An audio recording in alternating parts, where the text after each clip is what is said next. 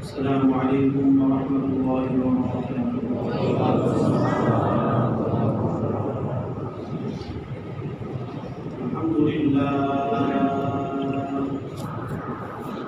الحمد لله نحمده ونستعينه ونستغفره ونؤمن به ونتوكل عليه ونعوذ بالله من شرور أنفسنا ومن سيئات أعمالنا. من يهده الله فلا مضل له ومن يضلله فلا هادي له، وأشهد أن لا إله إلا الله وحده لا شريك له، وأشهد أن محمدا عبده ورسوله أرسله بالحق كافة للناس بشيرا ونذيرا وداعيا إلى الله بإذنه وسراجا منيرا. أما بعد فأعوذ بالله من الشيطان الرجيم. بسم الله الرحمن الرحيم. ولو أن أهل القرى آمنوا واتقوا لفتحنا عليهم بركات من السماوات والأرض، ولكن كذبوا فأخذناهم بما كانوا يكسبون. وقال الله سبحانه وتعالى: تبارك الذي نزل الفرقان على عبده ليكون للعالمين نذيرا. وقال عليه الصلاة والسلام: اللهم عافني فيمن عافيت، اللهم اهدني فيمن هديت، وتولني فيمن توليت، وبارك لي فيما أعطيت. وقال عليه الصلاة والسلام: اللهم اغفر لي ذنبي ووسع لي في داري وبارك لي في رزقي، أو كما قال عليه الصلاة والسلام.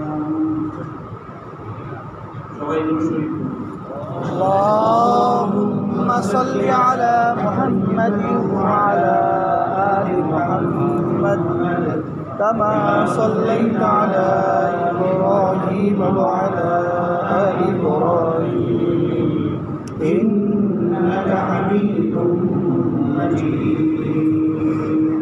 اللهم بارك على محمد وعلى آل محمد كما باركت على إبراهيم وعلى آل إبراهيم إنك حميد مجيد. قابل احترام محترم مسلمان الكرام، মুরব্বিয়ান ইকরাম, উলামায়ে কিরাম এবং দূর থেকে যারা শুনছেন আমাদের সম্মানিত মা-বোনেরা, আল্লাহ জাল্লা জালালুহু আ'লা দরবারে অসংখ্য অগণিত শুকর যে মহান রব্বুল আলামিন আমাদেরকে মুসলমান হওয়ার তৌফিক নসিব করেছেন।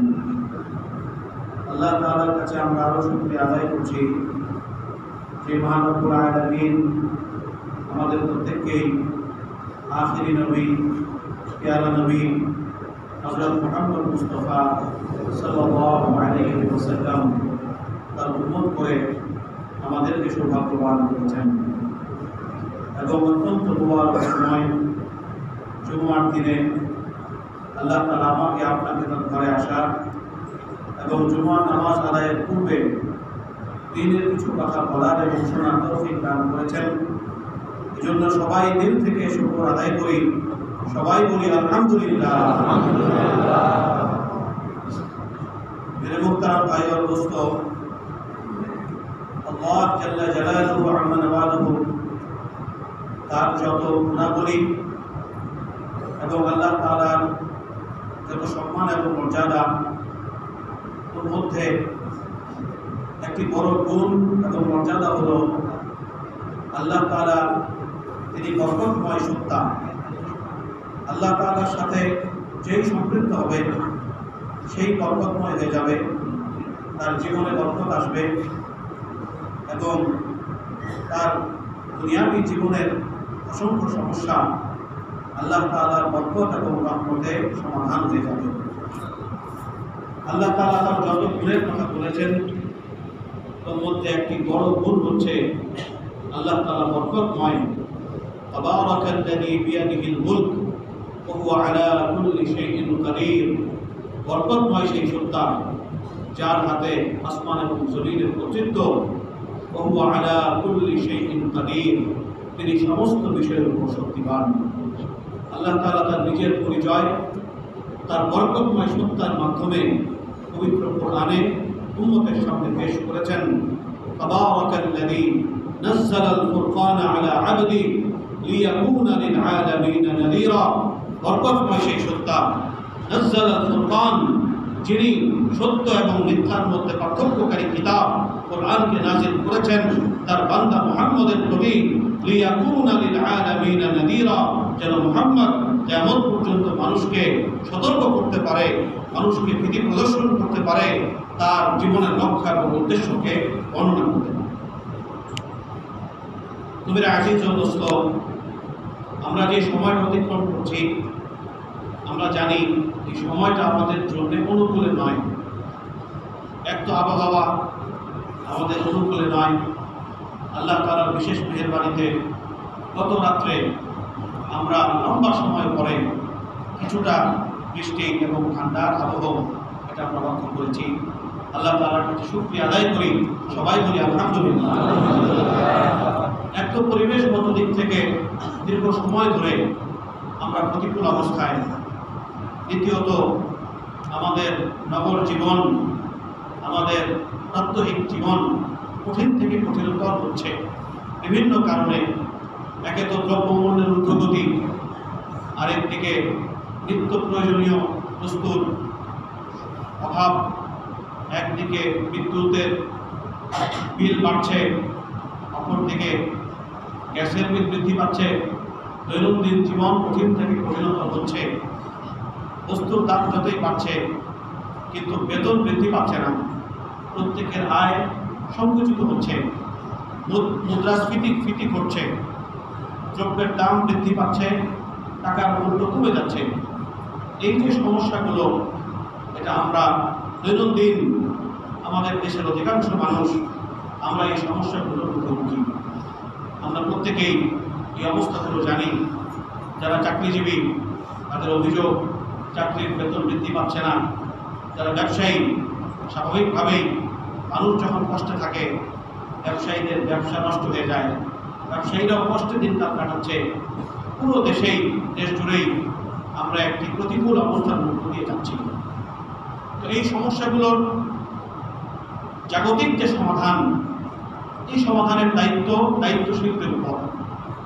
যারা রাষ্ট্রের দায়িত্বশীল, যারা চিন্তাবিদ, যারা অর্থের সাথে সম্পৃক্ত, অর্থনৈতিক অবস্থার সাথে সম্পৃক্ত, জীবন জীবিকার অপরিহার্য যে বস্তু এগুলোর সাথে যারা দায়িত্বশীল, তারা তাদের দায়িত্ব থেকে জাগতিক দায়িত্ব পালন করবেন।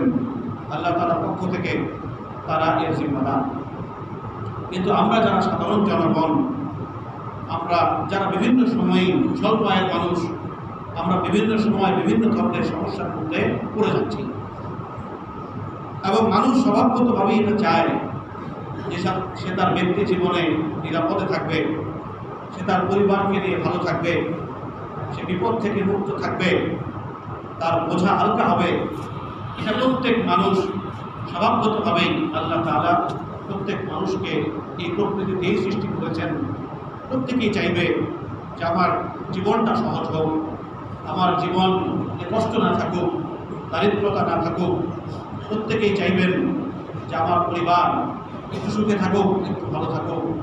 এই প্রবৃত্তি দিয়েই আল্লাহ তাআলা মানুষকে সৃষ্টি করেছেন। আল্লাহ তাআলা আমাদের জন্যে ইসলামকে জীবন ব্যবস্থা হিসেবে দান করেছেন এবং মানব সমস্যার যাবতীয় সমাধান আল্লাহ তাআলা পবিত্র কোরআনের মধ্যে তা নাযিল করেছেন। তো আমাদের যখন এই অবস্থা, আমাদের জীবন কঠিন হয়ে যাচ্ছে, অর্থনৈতিক অবস্থা নিম্নগামী, নিত্য প্রয়োজনীয় বস্তুর দাম বৃদ্ধি পাচ্ছে, মুদ্রাস্ফীতি ঘটছে, এমন অবস্থায় একজন বান্দার জিম্মাদারি ইসলামকে গ্রহণ করে নেওয়া, ইসলামের ধারণা এবং ইসলামের নীতিমালাকে তার ব্যক্তির জীবনে বাস্তবায়ন করা। আল্লাহ তাআলা এই জাতীয় সমস্যার ক্ষেত্রে ইসলামের একটি চমৎকার বিধান এবং নীতিমালা আমাদেরকে দান করেছেন, যার নাম বরকত বা বারাকা। আল্লাহ তাআলা নিজেই নিজের এই গুণ বর্ণনা করেছেন, তাবারাকাল্লাযী বিয়াদিহিল মুলক, তাবারাকা ইসমু রাব্বিকা যিল জালালি ওয়াল ইকরাম, তাবারাকাল্লাযী নাযালাল ফুরকান। তোমার রব হচ্ছেন বরকতময় সত্তা, যে তার রবের অনুগামী হবে। আল্লাহ তাআলা তার জীবনে বরকতকে ঢেলে দেবেন। বরকত কি জিনিস? বরকত হচ্ছে আপনার রিসোর্সেস কম হবে, আপনার সম্পদ কম হবে, কিন্তু স্যাটিসফ্যাকশন, আপনার প্রয়োজন ম্যাক্সিমাম পূরণ হয়ে যাবে, আপনার জাগতিক সমস্যার সমাধান হবে। এটার নাম হচ্ছে বরকত। আল্লাহ তাআলা মানুষের জীবনে, মুসলমানের জীবনে এই বরকতের একটি অপশন আল্লাহ তাআলা রেখেছেন, যেন বান্দা তার জীবনের সমস্যাগুলোর ক্ষেত্রে সে আল্লাহ তাআলার কাছ থেকে বরকতকে গ্রহণ করে, আল্লাহ তাআলার কাছ থেকে বরকতকে চেয়ে নেয়। আল্লাহ তাআলা যে বরকতময় সত্তা, তার কাছ থেকে যেন সে বরকতকে অর্জন করার মাধ্যমে তার অর্থনৈতিক দুরবস্থাকে সে দূর করতে পারে, তার সামাজিক দুরবস্থাকে সে দূর করতে পারে, তার দারিদ্রতার অবস্থা থেকে সে মুক্ত হতে পারে, তার সামাজিক সমস্যাকে সে দূর করতে পারে। এজন্য আল্লাহ তাআলা এই বরকত নামের এক রহমত এই উম্মতের জন্য রেখেছেন। যারা এই বরকত পাওয়ার কার্যাবলী সম্পাদন করবে, আল্লাহ তাআলা তাদের জীবনে বরকতকে ঢেলে দেবেন, যার মাধ্যমে সে অল্প পরিমাণ অর্থের দ্বারা, অল্প পরিমাণ সম্পদের দ্বারা সে তার চূড়ান্ত প্রয়োজনকে সে পূরণ করতে সক্ষম। মেরে আজিজ ও দোস্ত, আল্লাহ জাল্লা জালালুহু ওয়া আযমানুহু এবং হুজুর আকরাম সাল্লাল্লাহু আলাইহি ওয়াসাল্লাম আমাদের সামনে বরকত লাভের কিছু নীতিমালা, কিছু আমল, কিছু কাজ আল্লাহ তাআলা আমাদের সামনে দিয়ে রেখেছেন। আমাদের জিম্মাদারি, আমাদের এই কঠিন সময়ে, এই দুঃসময়ে, এই দ্রব্যমূল্যের ঊর্ধ্বগতির সময়ে, এই মুদ্রাস্ফীতির সময়ে, আমাদের ব্যক্তি পারিবারিক জীবনে যে অর্থনৈতিক কষ্ট, এর সমাধানে আমাদের জিম্মাদারি হলো আল্লাহ তাআলার এই বরকতময় আমলগুলোকে গ্রহণ করা, নিজেদের জীবনে বরকতকে নিয়ে আসা। হুজুর আকরাম সাল্লাল্লাহু আলাইহি ওয়াসাল্লাম তার পুরো জিন্দেগিতে আল্লাহ তাআলা অসংখ্য বরকতের প্রমাণ আল্লাহ তাআলা ঘটিয়েছেন। ইমাম মুসলিম রাহমাতুল্লাহি আলাইহি একটি লম্বা হাদিস বর্ণনা করেছেন আল্লাহ রাসূলের বরকত সংক্রান্ত। তাবুকের যুদ্ধের সময় মুসলমানদের বিশাল বাহিনী, ইসলামের আল্লাহ রাসূলের জীবন দশায় শেষ যুদ্ধ তাবুকের অভিযান, হাজারো হাজারো সাহাবায়ে কিরাম সেই যুদ্ধে উপস্থিত ছিলেন। তো অবস্থা এমন দাঁড়ালো, দীর্ঘ সময় অবরোধ করে রাখতে হয়েছে কাফেরদেরকে। অবরোধের কারণে লম্বা সময় পার হয়েছে। সাহাবায়ে কেরামের কাছে যে খাদ্যের রসদ ছিল সেটা প্রায় সমাপ্তির পথে। সাহাবায়ে কেরাম পেরেশান হয়ে পড়লেন এবং হুজুর পাক সাল্লাল্লাহু আলাইহি ওয়াসাল্লামের কাছে এসে বললেন, ইয়া রাসূলুল্লাহ, আমাদের খাদ্য তো সংকটের দিকে, যে উটগুলো আমরা নিয়ে এসেছি, আপনি অনুমতি দিন আমরা উটগুলোকে জবাই করে ফেলি এবং এর চর্বির মাধ্যমে আমরা উপকৃত হই, এর গোশতকে আমরা আহার হিসেবে গ্রহণ করি। আল্লাহ রাসূল অনুমতি দিলেন, কিন্তু ওমর ফারুক রাদিয়াল্লাহু তাআলা আনহু তিনি খুব ভীত হয়ে পড়লেন এবং আল্লাহ রাসূলের কাছে এসে বললেন, ইয়া রাসূলুল্লাহ, যদি উটকে জবাই করে ফেলা হয়, উট আমাদের বাহন হতে পারে, যে ফিরে যাওয়ার জন্য আমরা কোনো বাহন পাবো না, আমাদের জীবন আরও কঠিনতর হয়ে যাবে। আমরা চাই যার কাছে যে খাদ্য সামগ্রী রয়েছে সে সেটা নিয়ে আসবে এবং আপনি বড় বরকতময় ব্যক্তিত্ব, আপনি আল্লাহ তাআলার কাছে বরকতের পাবেন। হুজুর সাল্লাল্লাহু আলাইহি ওয়াসাল্লাম বলেন, ঠিক আছে যাও, সবাইকে বলো প্রত্যেকের কাছে যা রয়েছে নিয়ে আসো। আল্লাহ রসুলের সামনে দস্তরখানা বিছানো হলো, প্রত্যেকের খাদ্য নিয়ে আসতেন। কেউ এক মুষ্টি জব, কেউ এক মুষ্টি গম, কেউ কয়েকটি খেজুর, কারো কাছে কিছু দানা, কারো কাছে পানি, যার কাছে যা ছিল। বিশাল বাহিনী, 1000-এরও বেশি সৈন্যবাহিনী তারা হাজির হলেন আল্লাহ রসুলের দস্তরখানের সামনে এবং প্রত্যেকের খাবার সেখানে জড়ো করলেন, প্রত্যেকের খাবার রাখলেন। হুজুর পাক সাল্লাল্লাহু আলাইহি ওয়াসাল্লাম তার হাত মুবারক সেই খাদ্যের উপর রাখলেন এবং বরকতের জন্য রাখলেন।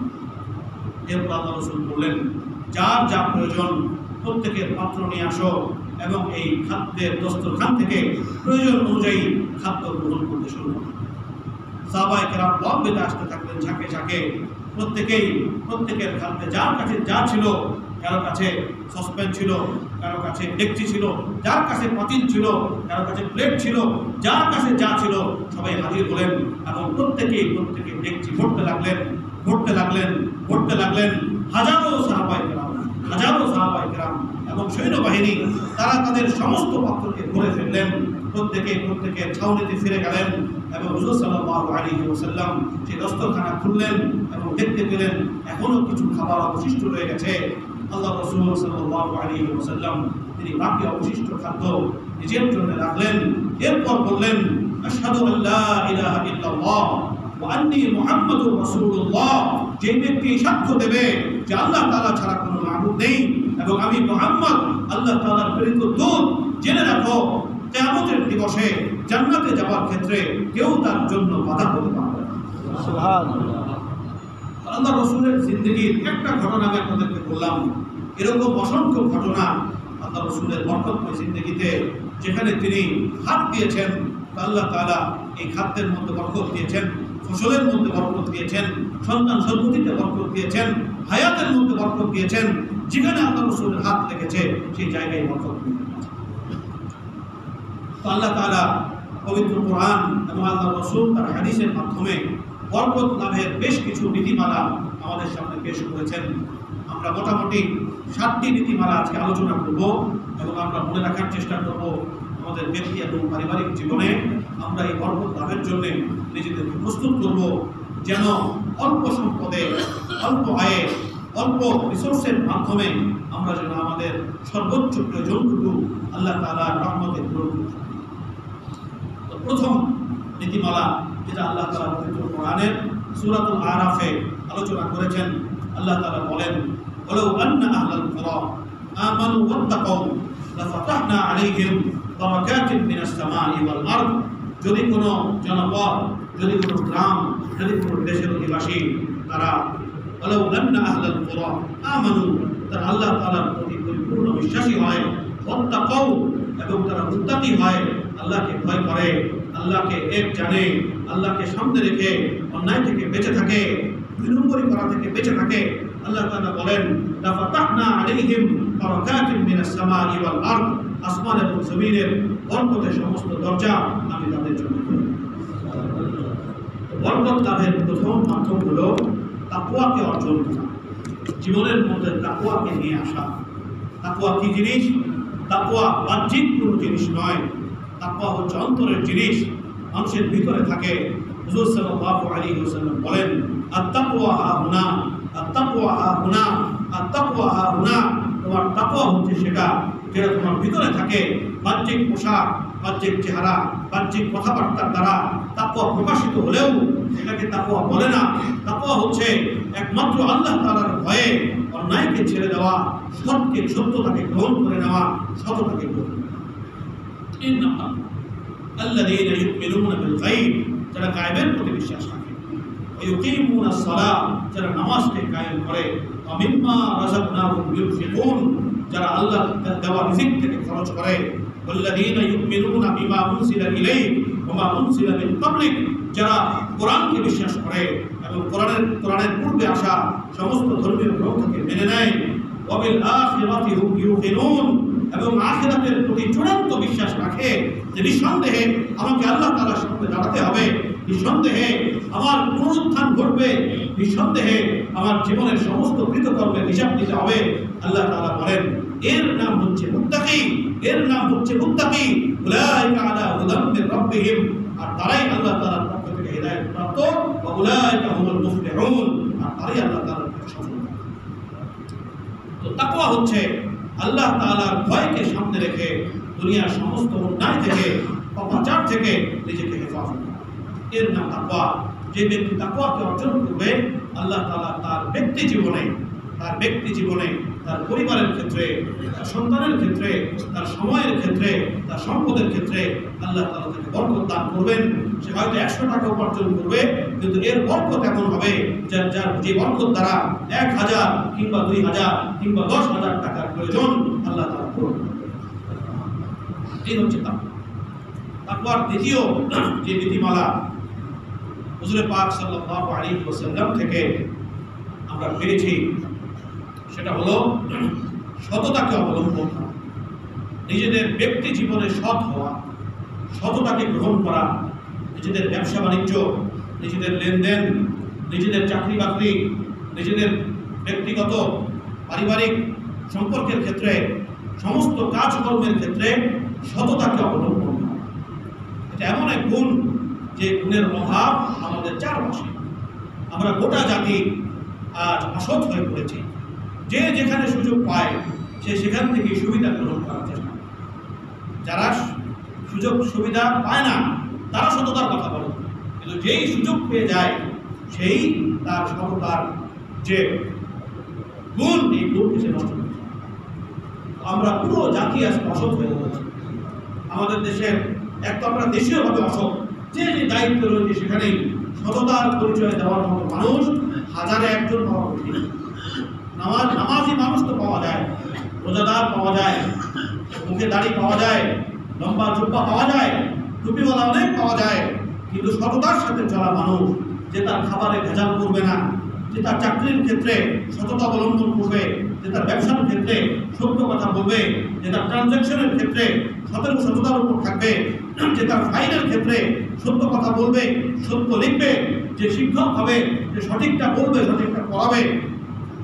সত্য কথা বলার মতো লোকের অভাব, সততাকে অবলম্বন করার মতো মানুষ খুঁজেও পাওয়া যায়। এই জন্য যে ব্যক্তি তার জীবনে সততাকে অবলম্বন করবে, হুজুর পাক সাল্লাল্লাহু আলাইহি ওয়াসাল্লাম বলেছেন এই সন্দেহে সেই ব্যক্তি আল্লাহ তাআলার পক্ষ থেকে বরকত অর্জন করবে। আল্লাহ রাসূল বলেছেন যে ব্যক্তি তার লেনদেনের ক্ষেত্রে, ব্যবসার ক্ষেত্রে যদি সে সাদাকা, সে সত্য বলে, বা বাইয়ানা, এবং সে বলে দেয় যে আমার এই প্রোডাক্ট এটা 2 নম্বর, এর দাম 10 টাকা, যেটা 1 নম্বর সেটার দাম 20 টাকা, যেভাবে বলে দেবে সাদাকা ও বাইয়ানা, যে তার কথাবার্তার ক্ষেত্রে সত্যবাদী হবে এবং স্পষ্টবাদী হবে। আল্লাহ রাসূল সাল্লাল্লাহু আলাইহি ওয়াসাল্লাম বলেন বুরিকা লাহু ফি বাইইহিমা, আল্লাহ তাআলা তার ব্যবসাকে বরকতপূর্ণ করে দেবেন, যে সামান্য ব্যবসা দ্বারা, সামান্য লাভের দ্বারা সে অসংখ্য পরিধন সে করবে। আর যে ব্যক্তি কাযাবা ওয়া কাতামা, যে ব্যক্তি মিথ্যা বলবে এবং গোপন করবে, সে ভালোটাকে উপরে রাখবে, মন্দটাকে ভিতরে রেখে দেবে।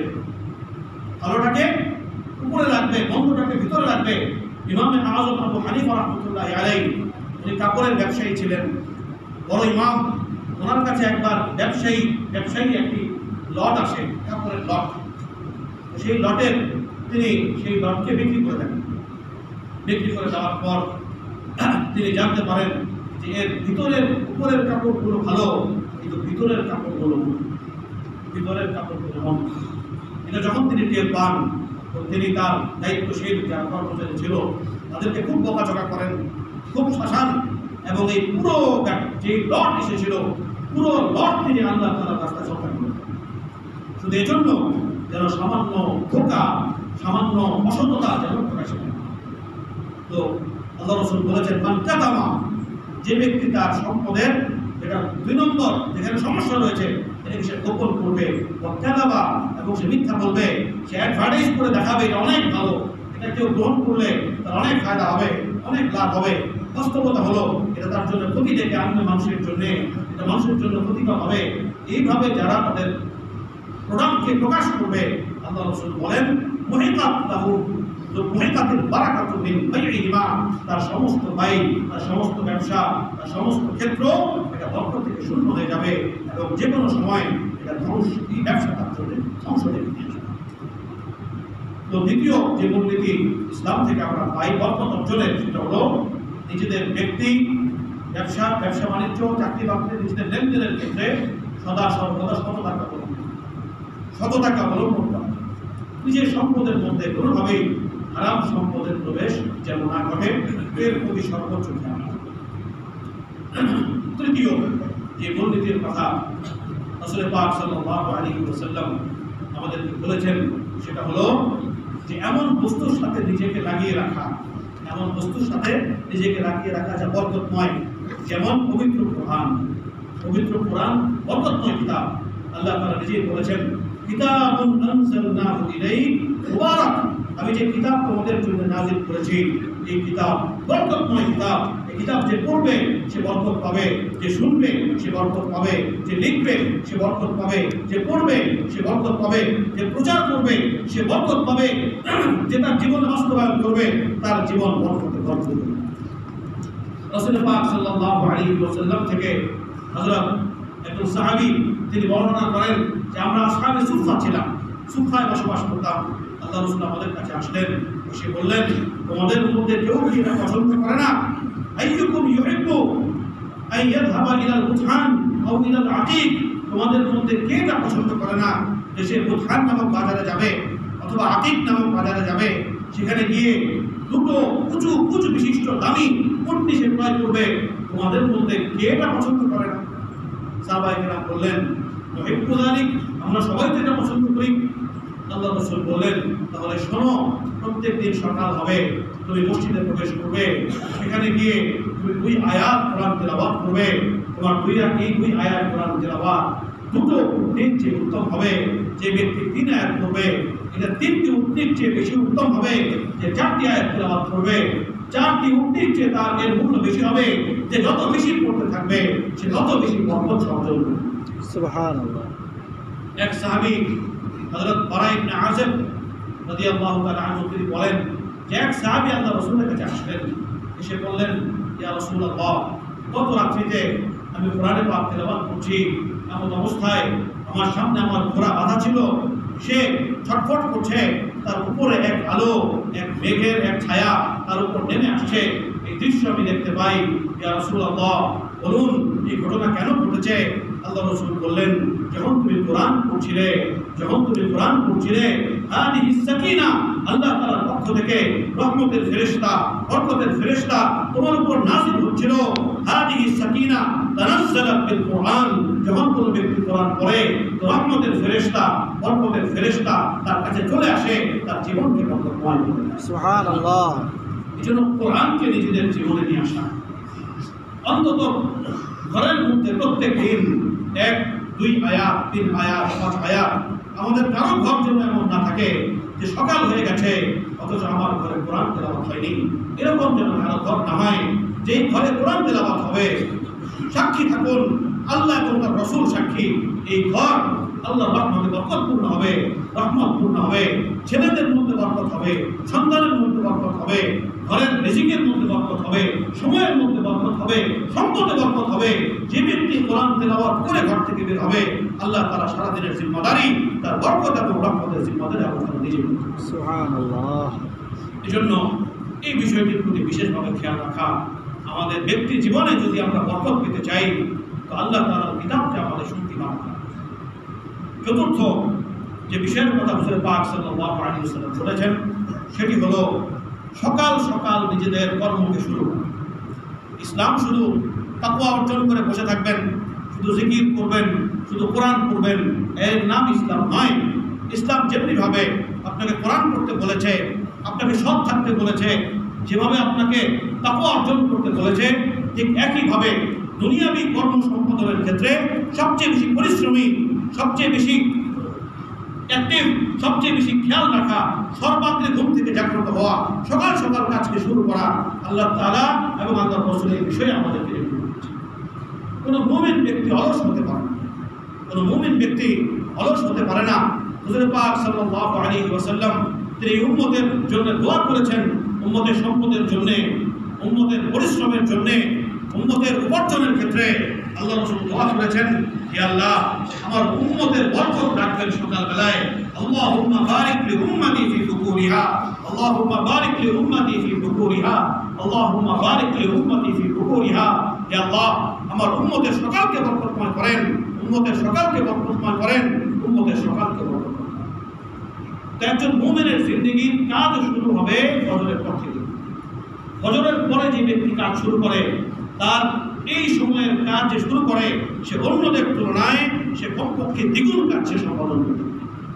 পরীক্ষিত আপনারা যারা ফজরের নামাজ পড়ে কাজ করতে শুরু করেন আর যারা জোহরের পরে কাজ শুরু করে, আসরের পরে শুরু করে অথবা 10টার পরে শুরু করে, উভয়ের কাজের বরকত কখনোই সমান হবে, কখনোই সমান হবে। আল্লাহ তাআলা সকালের মধ্যে বরকত রেখেছেন যেন এই উম্মত কখনো অলস হয়ে না যায়। সে তার কর্মের ক্ষেত্রে যখনই তার নামাজ শেষ হয় তখনই সে কাজের জন্য বের হয়। ফাইদা কুদিয়াতিস সালাত, যখন নামাজ শেষ ফান্তাশিরু ফিল আরদ, তোমরা ছড়িয়ে পড়ো জমিনে। কেউ যদি ফজরের নামাজের পরে মসজিদে বসে থাকতো, ওমর ফারুক রাদিয়াল্লাহু তাআলা চাবুক নিয়ে আসতেন এবং সবাইকে পেটাতে থাকতেন এবং বলতেন, অলসের মতো মসজিদে বসে আছো, মসজিদে বসে আল্লাহ আল্লাহ করছো, এইভাবে আল্লাহ আল্লাহ করলে আসমান থেকে না স্বর্ণ নামবে না রৌপ্য নামবে। যাও কাজ করতে, নামাজ শেষ, তোমার মসজিদের দায়িত্ব শেষ, এবার যাও জমিনে ছড়াও, পরিশ্রম করো, হালাল বরকত করো। এটা ইসলামের শিক্ষা। এই জন্য সকাল সকাল ঘুম থেকে জাগতে হবে, সকাল সকাল কাজ করা। যারা চাকরিজীবী তারা ফজরের পর থেকেই আপনার কাজের প্রস্তুতি গ্রহণ করবে। হয়তো ডিউটি 8টা 9টা 10টা, কিন্তু আপনার প্রস্তুতি শুরু হবে ফজরের পর থেকেই। যারা ব্যবসায়ী হয়তো 10টায় দোকান খুলবেন, কিন্তু ব্যবসার কাজ শুরু করবেন ফজরের পর থেকে। সেটা হিসাব নিকাশ হতে পারে, সেটা স্টক হতে পারে, সেটা মালের গোছগাছ হতে পারে, দোকানের কোনো দায়িত্ব কোনো কাজ থাকতে পারে, যেটাই থাকুক না কেন কাজ শুরু করবেন ফজরের পর থেকে। ইনশাআল্লাহ আল্লাহর পক্ষ থেকে প্রভূত বরকত এবং রহমত আপনার জীবনে নেমে আসবে। হুজুর পাক সাল্লাল্লাহু আলাইহি ওয়াসাল্লাম বলেন, লাউ তাওয়াক্কালতুম আলাল্লাহি হাক্কা তাওয়াক্কুলিহি, তোমরা যদি আল্লাহ তাআলার উপর পরিপূর্ণ ভরসা করতে তো আল্লাহ তাআলা তোমাদেরকে রিজিক দিতেন। কামা ইয়ারযিকুত তায়র, যেমন আল্লাহ তাআলা পাখিকে রিজিক দান করেন। সে কি করে? তাকদু খিমাসান, সে সকাল বেলায় সে খালি পেটে বের হয়ে যায়, ও তারুহু বিতানা, আর সে রাতের বেলা ঘরে ফিরে আসে তার পরিপূর্ণ উদর ভর্তি হয়ে যায়। এইভাবে আল্লাহ তাআলা তোমাদেরকে রিজিক দান করবেন। একটা পাখি সে তার ঘরে বসে থাকে না, সে আল্লাহ তাআলার উপর ভরসা করে সে ফজরের পরে সে ঘর থেকে বের হয়ে যায় তার রিজিকের জন্যে, তার দানা পানির জন্যে, তার সন্তানদের জন্যে সে বের হয়ে যায় খালি পেটে। ভরসা রাখে আল্লাহ তাআলার উপর। সন্ধ্যায় যখন সে তার ঘরে ফিরে আসে আল্লাহ তাআলা তার পরিপূর্ণ পেটকে আল্লাহ তাআলা ভরপুর করে। তাওয়াক্কুল এভাবে হতে হবে, আপনাকে আল্লাহর প্রতি ভরসা রাখতে হবে এবং পরিশ্রম করতে হবে সর্বোচ্চ। যেমন একটি পাখি পরিশ্রম করে থাকে, সে ফজরের পরে বের হয় এবং সন্ধ্যায় সে ঘরে ফেরে। একজন মুসলমান মুমিনকে ফজরের পরেই তার কাজের সন্ধানে বের হতে হবে এবং সে রাত অবধি পর্যন্ত সে পরিশ্রম করবে। ইনশাআল্লাহ আল্লাহ তাআলা তার রুজি তার জীবনের মধ্যে আল্লাহ তাআলা বরকত দেন। পঞ্চম, হুজুর পাক সাল্লাল্লাহু আলাইহি ওয়াসাল্লাম যে বিষয়টি আমাদের বলেছেন সেটা হলো আত্মীয় স্বজনদের সাথে সুসম্পর্ক বজায় রাখা, নিজের অধীনস্থদের সাথে সুসম্পর্ক বজায় রাখা, নিজের কলিগদের সাথে সুসম্পর্ক বজায় রাখা, যাদের সাথে আমার চলাফেরা তাদের সাথে সুসম্পর্ক বজায় রাখা। আল্লাহ রাসূল বলেছেন, মান আহাব্বা আন ইউবসাতা লাহু রিজকুহু, যে ব্যক্তি চায়, বুখারী এবং মুসলিমের হাদিস, আনাস রাদিয়াল্লাহু তাআলা বর্ণনা করেছেন যে মান আহাব্বা আন ইউবসাতা লাহু রিজকুহু, যে ব্যক্তি চায় যে তার রিজিক প্রশস্ত হয়ে যাক, ওয়া ইউনসা লাহু আসারুহু, যে চায় তার হায়াত বৃদ্ধি হয়ে যাক, ফাল ইয়াসির রাহিমাহু, সে যেন তার আত্মীয়দের সাথে সুন্দর সম্পর্ক বজায় রাখে। উম্মে আয়েশা সিদ্দিকা রাদিয়াল্লাহু তাআলা আনহা থেকেও এরকম হাদিস পাওয়া যায়, আল্লাহ রাসূল তাকে বলেছেন, সিলুল আরহাম, উত্তম সম্পর্ক রাখো, হুসনুল জিওয়ার, প্রতিবেশীদের সাথে সদাচরণ করো, আল্লাহ তাআলা ইউআম্মিরানের দিয়ার, আল্লাহ তাআলা তোমার ঘরকে বরকতময় করে দেবেন, তোমার সময়কে আল্লাহ তাআলা বরকত দেবেন। তো আমরা এই বিষয়টির প্রতি খেয়াল রাখবো। আমাদের আত্মীয় স্বজন, আমাদের পরিবার পরিজন, আমাদের প্রতিবেশী, তাদের সাথে সদাচরণ করা, আমাদের যারা আমাদের সাথে কর্ম করেন, আমাদের বন্ধু বান্ধব, আমাদের সহকর্মী, আমাদের কলিগ, তাদের সাথে আমরা সর্বোচ্চ সুন্দর আচরণ করবো। হুজুর পাক সাল্লাল্লাহু আলাইহি ওয়াসাল্লাম দুটো সুসংবাদ দিয়েছেন, এক তো রিজিকের মধ্যে বরকত হবে, দ্বিতীয়ত হায়াতের মধ্যে বৃদ্ধি হবে। এই দুটো বিষয়ের প্রতি আমরা খেয়াল রাখার চেষ্টা করব। ষষ্ঠ যে বিষয়টির কথা আল্লাহ রাসূল বলেছেন সেটা হলো সুন্নত মোতাবেক জীবনকে যাপন করা। আমাদের জীবনের সমস্ত ক্ষেত্রে সুন্নতকে অনুসরণ করা। একবার এক সাহাবী আল্লাহ রাসূলের কাছে আসলেন, এসে বললেন, ইয়া রাসূলুল্লাহ, আমরা তো খাই কিন্তু পেট তো ভরে না, না কুলু ওয়ালা নাশবা, খাচ্ছি কিন্তু কোনো পরিতৃপ্তি নাই, এমন ঘটনা ঘটছে। আল্লাহ রাসূল বললেন, লাআল্লাকুম তাকুলুনা মুতাফাররিকিন, তোমরা হয়তো একসাথে খাদ্য গ্রহণ করো না, পৃথক পৃথক খাও। কেউ ছেলে এখানে, মেয়ে এখানে, মা ওখানে, আরেকজন ওই জায়গায়। আমাদের শহরের জীবন তো এখন এমনই, ছেলে মেয়ে ভাই বেরাদার সবাই একসাথে এক টেবিলে খাওয়ার সুযোগ আমরা হারিয়ে ফেলেছি। এটা যে আমাদের জন্য কত বড় আশীর্বাদ ছিল, কত বরকতের ব্যাপার ছিল, আমরা সেখান থেকে এখন বঞ্চিত হয়ে গেছি। ছেলে এক জায়গায় খাচ্ছে, মেয়ে তার রুমে খাচ্ছে, বাবা তার মতো খাচ্ছে, মা তার মতো খাচ্ছে। এটা ইসলামের শিক্ষা নয়। এভাবে যারা খায় আল্লাহ তাআলা এই পরিবার থেকে বরকত করে দিবেন। আল্লাহ রাসূল বলেন, ফাজতামিউ আলা তাআমিকুম, খাদ্য একসাথে গ্রহণ করো, সবাই একসাথে খাবে। ওয়াসকুরুসমাল্লাহ, আল্লাহ তাআলার নামে খাবে, বিসমিল্লাহ বলে আল্লাহ তাআলার নামে খাবে। ইউবারিক লাহুমা লাহুম ফি রিজকিকুম, আল্লাহ তাআলা তোমাদের রিজিকের মধ্যে বরকত দান। তো এটা হচ্ছে একটা সুন্নত। একটা সুন্নতের কথা বললাম, আমাদের জীবনের সমস্ত ক্ষেত্রেই সুন্নতের অনুসারী হওয়া, সুন্নতের অনুসরণ করে চলা। যদি কোনো ব্যক্তি এভাবে চলে, আল্লাহ তাআলা তার জীবনে ইনশাআল্লাহ বরকত দান করবেন। সর্বশেষ যে বিষয়টির প্রতি আল্লাহ রাসূল আমাদেরকে নির্দেশ দিয়েছেন সেটা হলো বেশি বেশি আল্লাহ তাআলার কাছে দোয়া করা, বরকতের জন্য দোয়া করা। ইমাম হাসান ইবনে আলী রাদিয়াল্লাহু তাআলা, হযরত মুহাম্মদ সাল্লাল্লাহু আলাইহি ওয়াসাল্লামের নাতি, বড় নাতি, তিনি বলেন যে আমি আমার নানার কাছ থেকে একটা দোয়া শিখেছি। আমার নানা আমাকে দোয়া শিখিয়েছেন, আল্লাহুম্মা হদিনি ফীমান হাদাইত, আল্লাহুম্মা আফিনি ফীমান আফাইত, ওয়া তাওয়াল্লানি ফীমান তাওয়াল্লাইত, ওয়া বারিক লি ফীমা আ'তাইত। হে আল্লাহ, আপনি আমাকে যা কিছু দান করবেন সব কিছুর মধ্যে যেন বরকত থাকে। ওয়া বারিক লি ফীমা আ'তাইত, সেটা টাকা হোক, সেটা সম্পদ হোক, সেটা জমি হোক, সেটা সন্তান হোক, সেটা সময় হোক, যা কিছু আপনি আমাকে দান করবেন। ব্যাপক দোয়া আল্লাহ রাসূল তাকে শিখিয়েছেন, ওয়া বারিক লি ফীমা আ'তাইত, আপনি আমাকে যা দান করবেন তার মধ্যে যেন। এই দোয়া হযরত হাসান রাদিয়াল্লাহু তাআলা আনহু তিনি আমাদেরকে শিখিয়েছেন, আমাদের পর্যন্ত পৌঁছে দিয়েছেন। এই জন্য আল্লাহ তাআলার কাছে খুব বেশি দোয়া করা বরকতের জন্য। যখনই সুযোগ হয় যে হে আল্লাহ রিজিকে বরকত দান করেন, সন্তানের মধ্যে বরকত দান করেন, আমার সময়ের মধ্যে বরকত দান করেন, আমার সম্পদের মধ্যে বরকত দান করেন। হযরত আবু হুরায়রা রাদিয়াল্লাহু তাআলা আনহু তিনি একদিন আসলেন, আল্লাহ রাসূলকে বললেন, ইয়া রাসূলুল্লাহ, গতকাল রাতে আপনি একটু দোয়া করেছেন, দোয়াটি আমি শুনে ফেলেছি আপনার কাছে। আল্লাহ রাসূল বললেন, কি দোয়া শুনেছো? আবু হুরায়রা শোনাও।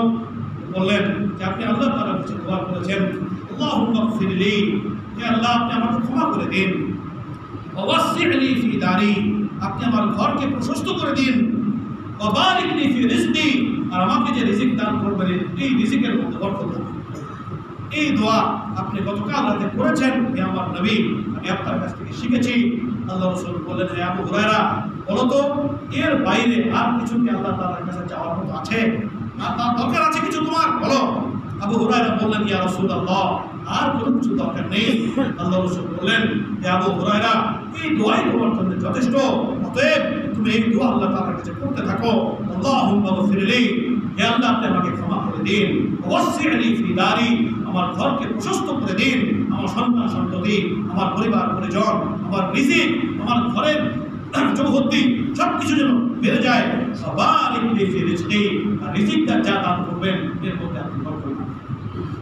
আবু হুরায়রা রাদিয়াল্লাহু তাআলা আনহু এই হাদিস শ্রবণ করার পরে আজীবন এই দোয়া তিনি পাঠ করেছেন এবং আমাদের কাছে পর্যন্ত পৌঁছে দিয়েছেন।